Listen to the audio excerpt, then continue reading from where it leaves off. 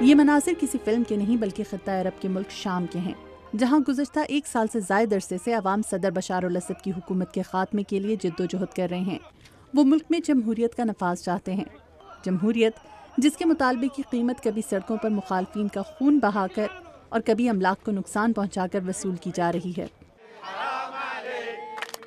یہ واشنگٹن ہے، جہاں وائٹ ہاؤس کے سامنے شام سے تعلق رکھنے والے تارکین وطن نے اپنی حکومت کے خلاف مظاہرہ کیا۔ مظاہرین کی اکثریت شام کے حالات کے ساتھ ساتھ اپنے ان عزیزوں کے لیے بھی فکر مند لگی جو عارضی ویزے پر امریکہ میں ہیں۔ انہی میں سے ایک ہیں شام سے تعلق رکھنے والے طالب علم نصیب نوالاتی، جو ایک اسکالرشپ پر یہاں بزنس کی تعلیم حاصل کر رہے ہیں۔ امریکہ میں اس وقت شام سے تعلق رکھنے والے بہت سے افراد واپس نہیں جانا چاہتے۔ وہ نہیں جانتے کہ انہیں کیا کرنا ہے۔ وہ وہاں کی خبروں اور حالات کے ساتھ ساتھ اپنے ویزے کی جلد ختم ہونے والی میعاد پر بھی پریشان ہیں۔ اوباما انتظامیہ شام کے ایسے باشندوں کو جو امریکہ میں موجود ہیں اور جن کے ویزے کی میعاد ختم ہونے والی ہے، شام کے حالات میں بہتری تک عارضی تحفظ کا درجہ دینے کا سوچ رہی ہے۔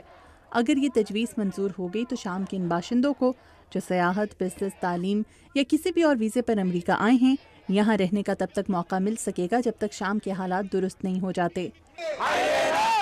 اٹارنی عابد ایوب کا تعلق امریکہ میں عرب ملکوں سے آنے والوں کے انسانی حقوق کی سب سے بڑی تنظیم سے ہے۔ وہ شام سے تعلق رکھنے والے عربوں کو امریکہ میں ویزے کی میعاد بڑھانے میں مدد دے رہے ہیں۔ شام کی صورتحال اس وقت بہت گمبھیر ہے اور کسی کو بھی وہاں واپس بھیجنا اس کی زندگی کو خطرے میں ڈالنے کے مترادف ہے۔ اگر امریکی اسٹیٹ ڈپارٹمنٹ کو لگتا ہے کہ شام میں ان کا سفارت خانہ، ان کے لوگ محفوظ نہیں ہیں، تو پھر یہ لوگ کیسے محفوظ ہو سکتے ہیں؟ نصیب جیسے لوگوں کے لیے امریکہ میں رہنے کی اجازت ان کے لیے زندگی اور موت کے مترادف ہے۔ مانا رابی کے ساتھ مدیحہ انور، اردو VOA۔